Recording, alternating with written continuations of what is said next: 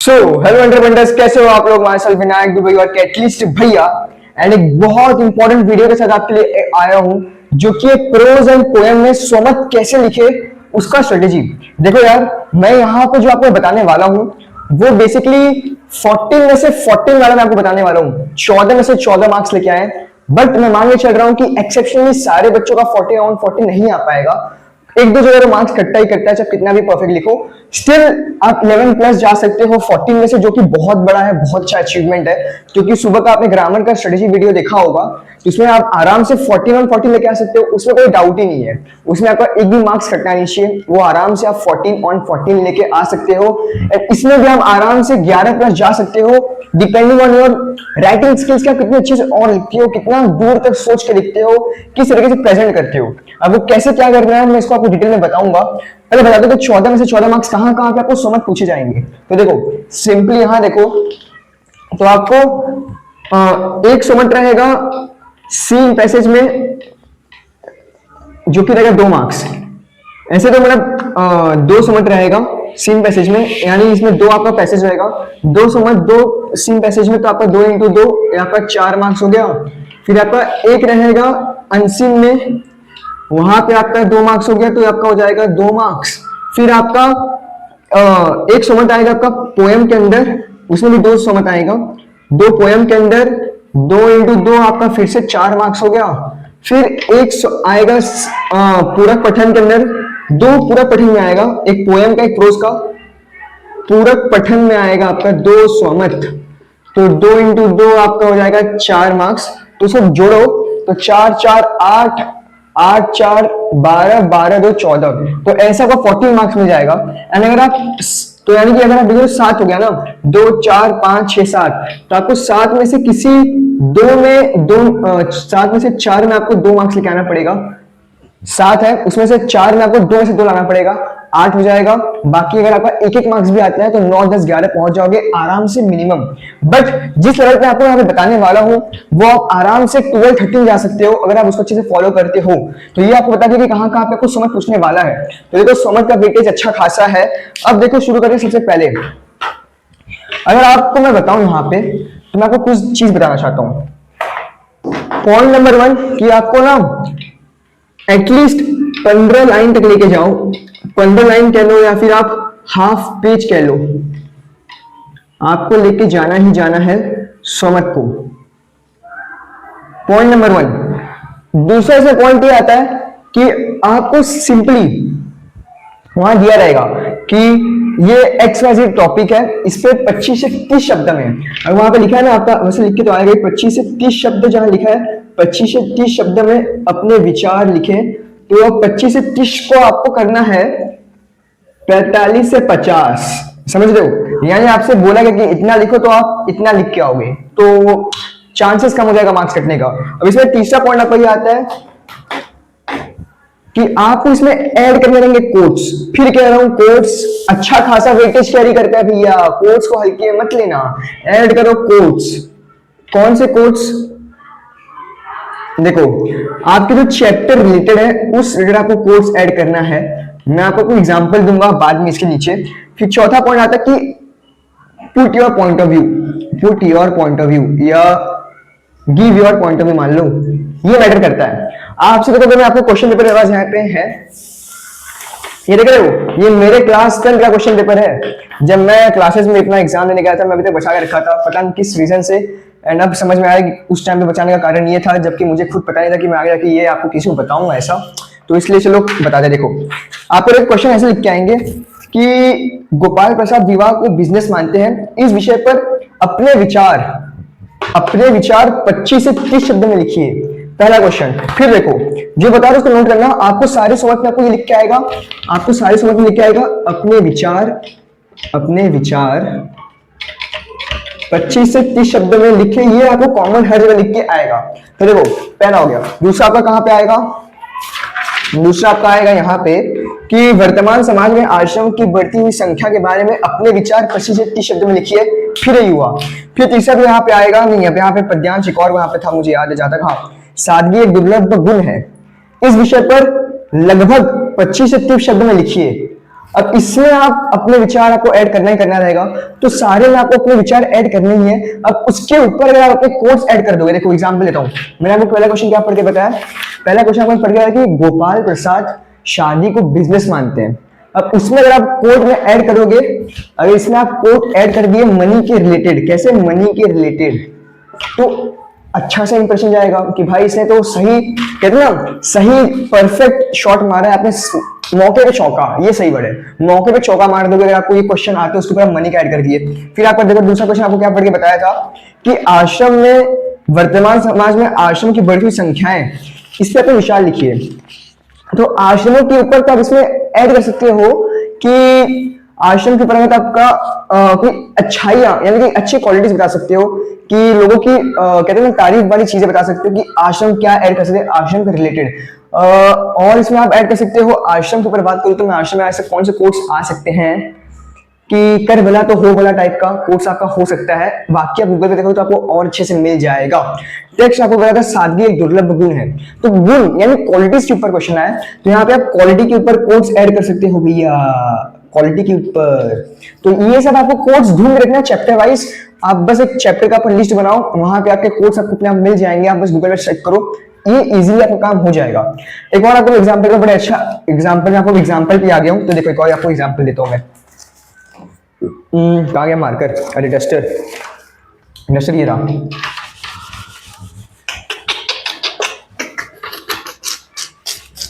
देखो यार, बोला हूं ना कि अपने साइड से आपको बेस्ट हर चीज प्रोवाइड करूंगा, आपका अच्छा मार्क्स आ जाए।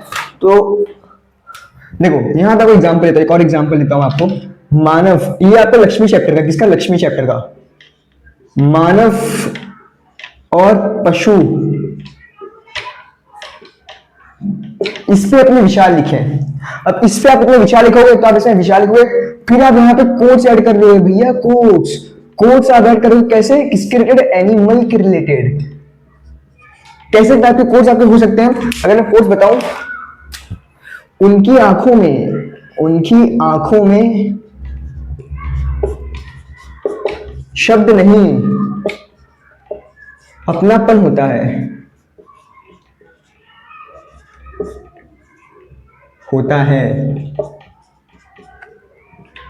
जानवर ऐसे चीज है, चीज रॉन्ग है, जानवर ऐसे प्राणी है जो बिना कुछ बोले भी बहुत कुछ बोल दे जाते हैं।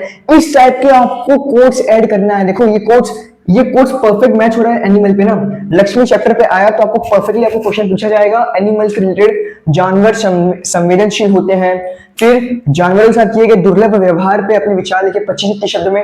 ऐसे आपको सारे चैप्टर से पूछे जाएंगे, आपको बस समझना है कि कौन सा चैप्टर का मेन थीम क्या है। थीम समझ जाओ, काम आपका हो जाएगा। उस थीम के ऊपर आपको कोट्स ढूंढ लेना है। जैसे लक्ष्मी चैप्टर का आपको बता दिया कि एनिमल की हेर फेर में, आजू बाजू में आपके एनिमल के रिलेटेड आपका ये चैप्टर हो गया। फिर जो आपका जो गोपाल प्रसाद का चैप्टर है वो आपका वो बिजनेस, और फिर उसमें वुमेन्स के रिलेटेड आपका हो गया कि वुमेन्स को सब लोग उस लेवल पे नहीं मानते, इसलिए उनको शादी के बाद सीधे काम ना करने की परमिशन नहीं मिलता, तो उस वुमेन एम्पावरमेंट के ऊपर बना सकते हो। Similarly you have to run your mind and chapter wise आपको कोर्स ढूंढने हैं, ये बहुत बड़ा रोल प्ले करेगा। ये सेम आपको पूरा लगाना है प्रोस के अंदर, ये सेम माइंड से आपको 1 से 2 कोट्स ऐड करना ही करना है।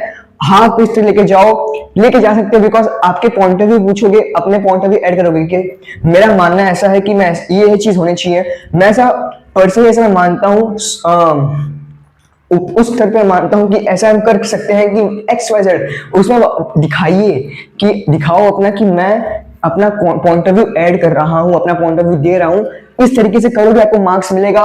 बस कोर्स के यहाँ पे अंडरलाइन कर लेना, लाइन मार देना, आपको और इंप्रेसिव हो जाएगा।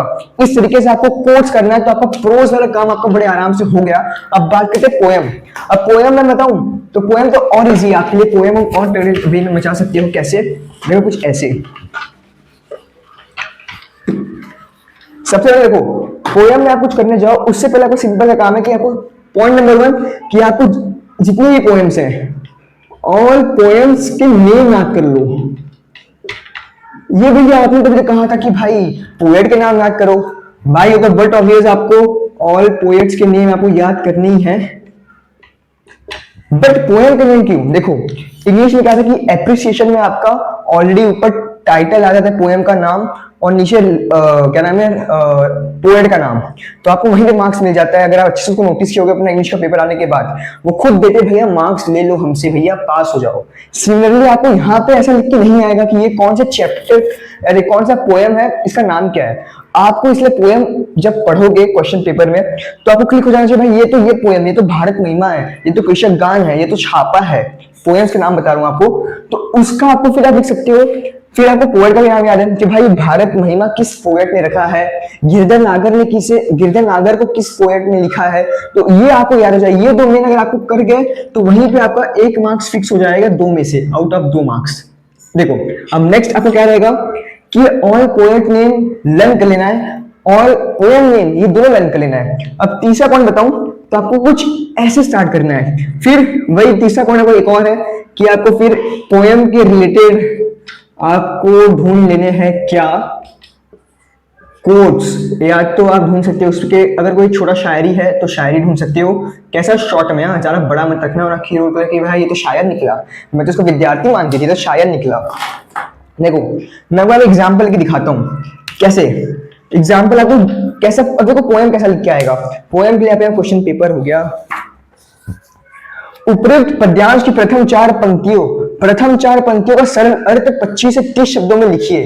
तो आपको ऐसा आएगा कि जो पोएम दिखा रहेगा यहाँ पे ना, वो पोएम तो आपको दिखा रहेगा कि उपरोक्त यानी कि ऊपर के 4 या तो नीचे के 4, ऑलमोस्ट ऊपर के 4 रहते हैं, तो ऊपर के जो 4 लाइन्स हैं उनका क्या नाम है, उसका कंक्लूजन अपने वर्ड में लिखिए, अपने वर्ड में उस 4 लाइन को एक्सप्लेन करो। तो आपको स्टार्ट कुछ ऐसा करा रहेगा। देखो स्टार्ट आप, मैं मान के चलो आपको यहाँ पे एग्जाम्पल देता हूं गिरधर नागर का, तो आप ऐसे स्टार्ट करना, जो बता रहा हूं उसको सीरियसली लो, इसी तरीके से आपको लिखना है, चाहे कोई भी पोएम आए कैसे भी आए। यहाँ पे मैं आपको एग्जाम्पल दे रहा हूँ, इसको अपने दिमाग में फिट कर लो ना, मार खाओगे मुझसे।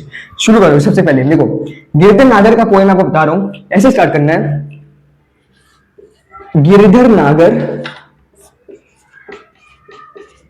ये मनमोहक कविता संत मीराबाई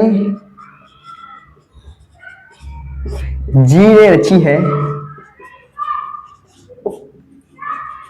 इतना लिखिए, फिर आपको यहाँ पे अपने 4 लाइन को एक्सप्लेन करना स्टार्ट करना, ऐसे आपको एक्सप्लेन करना है, ऐसे करना है,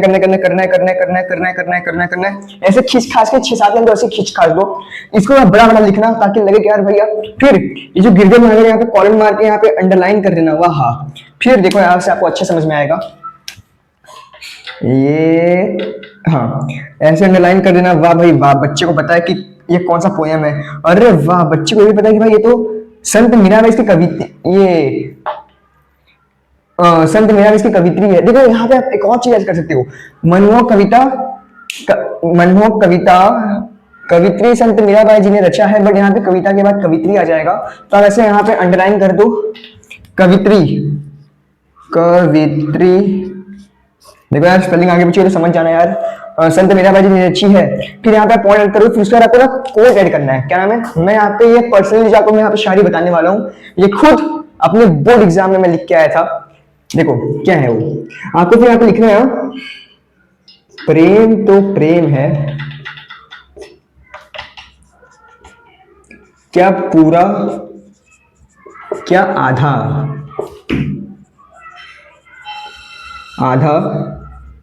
दोनों की चाहत बेमिसाल है। अरे यार आराम से यार, घाई नहीं करना है। चाहे मीरा हो या राधा। देखो समझे, मैंने यहाँ पे पहले तो मैं सबसे पहले मैंने जो मेरा वो आया उसमें मैंने पोएम का नाम लिख दिया, फिर मैंने यहाँ पे पोएट का नाम लिख दिया, फिर मैंने यहाँ पे कोट्स या शायरी मान लो ऐड कर दिया। तो एक ही मैंने 3 चीज तो ऐड किया, साथ में मैंने यहाँ पे लाइन को एक्सप्लेन भी किया है। अगर नहीं एक्सप्लेन कर पा रहे हो घुमा फिरा के कुछ करना, बट लिखना जरूर। इसको भी आपको आराम से 25 से 30 शब्द दिया था आपको, यहाँ पे 35 से 45 तक आपको लेके जाना पड़ेगा, ठीक है। इस तरीके से आपको लिखना है। कोई भी पोएम आ जाए, कोई भी पोएम, आपको ये पोएम स्टार्ट ऐसे करना है, पोएम छापा मान लो। फिर ये यहाँ पे जो मनमोहक, अभी जो देखो मनमोहक है ना, तो मनमोहक के जहाँ पे कहीं कविता में मनमोहक यूज करो, कहीं पे आप जैसे कि आपका भारत में आप एक देशभक्ति वाला चैप्टर है, तो यह देशभक्ति लिख देना। फिर यहाँ पे देशभक्ति वाला जो आपका चैप्टर है देशभक्ति वाला आपका यहाँ पे लिख देना है। फिर और कोई ऐसा कृषक गान जो आपको मान लो, तो कृषक गान ये आपका फार्मर को समर्पित है। तो जो आपको किसानों को समर्पित है, तो किसान समर्पित कविता कवि SXYZ ने रचा है। अगर देखो यहाँ पे अगर कवित्री है तो रची आएगा, और कवि है तो भैया रचा आएगा। लिंग यानी कि उस पर ध्यान देना, पुल्लिंग स्त्रीलिंग ऐसा नहीं कि कवित्री है तो रचा है और कवि है तो रची है, ऐसा लिख दो तो मार्क्स कट जाएगा। ये बेसिक प्रेजेंस ऑफ माइंड आपको लगाना रहेगा। इस तरीके से कर दो आपका काम हो जाएगा। मैं आपको कुछ एग्जांपल देता हूँ कैसे, कि आपको भैया बोलोगे भैया कोट्स कैसे फाइंड करूँ, कुछ बताओ एग्जांपल दो। तो देखो यहाँ पे आपको मैं एग्जांपल देता हूँ कैसे आपको कोट्स फाइंड करना है, कुछ इस तरीके से। देखो मान के चलो कि अभी पहला चैप्टर है भारत महिमा, तो भारत महिमा है, तो वो आपका कौन से रिलेटेड है, वो आपका पेट्रियोटिज्म की रिलेटेड है। पेट्रियोटिज्म यानी कि देशभक्ति के रिलेटेड आपका चैप्टर है, पोएम है। फिर आपका कोई एग्जांपल चैप्टर मान लो गिरधर नागर हो गया, तो गिरधर नागर आपका वो आप मान लो कि कृष्ण जी के रिलेटेड, यानी कि कृष्ण जी के रिलेटेड चैप्टर हो गया आपका। या फिर आप इसको अफेक्शन प्रेम कह लो, लव कह लो, जिस मान लो उस चैप्टर हो गया। फिर आपका एक हो गया आपका कृषक गान, वो आपका हो गया कैसे फार्मर के रिलेटेड। फिर छापा मान लो, छापा आपका हो गया आपका मनी के रिलेटेड। तो ऐसे आपको पोएम वाइज आपको ऐसे कोट्स फाइंड करना है यूट्यूब से या गूगल से बदल रहा है कि Hindi short quotes in Hindi. इतना बड़े बड़े कोर्स आपको याद नहीं हो पाएंगे, छोटे बड़े कोर्स आपको याद हो जाएंगे, आराम से लिख के आ जाओगे। पेट्रियोटिज्म पे, फिर लव या अफेक्शन पे अगर आपको गिरधर नागर आया तो एज इट इज यही चिपका के आना। ये यहाँ पे देख लो, स्क्रीनशॉट ले लो। प्रेम तो प्रेम है क्या पूरा क्या आधा, दोनों की चाहत बेमिसाल, चाहे मीरा हो या राधा। वाह बोलेगी वाह बेटा वाह, ये तो 2 मार्क्स डिजर्व करता है, टीचर लिखेगी।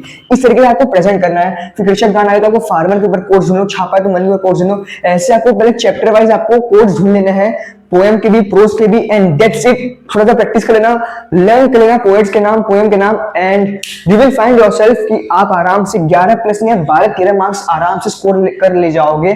बिलीव नहीं है तो एक बार करके देखना, या अपने किसी टीचर को दिखा सकते हैं video, she will definitely tell you कि यार जो बंदा बोल रहा है सही तो बोल रहा है। और क्योंकि मैं इस कॉन्फिडेंस से बोल रहा हूँ, क्योंकि मैंने खुद ऐसा लिखा है, खुद ऐसा मैंने परफॉर्म किया है, इसलिए आपको बता रहा हूँ। तो आई होप आप इसको सीरियसली लोगे।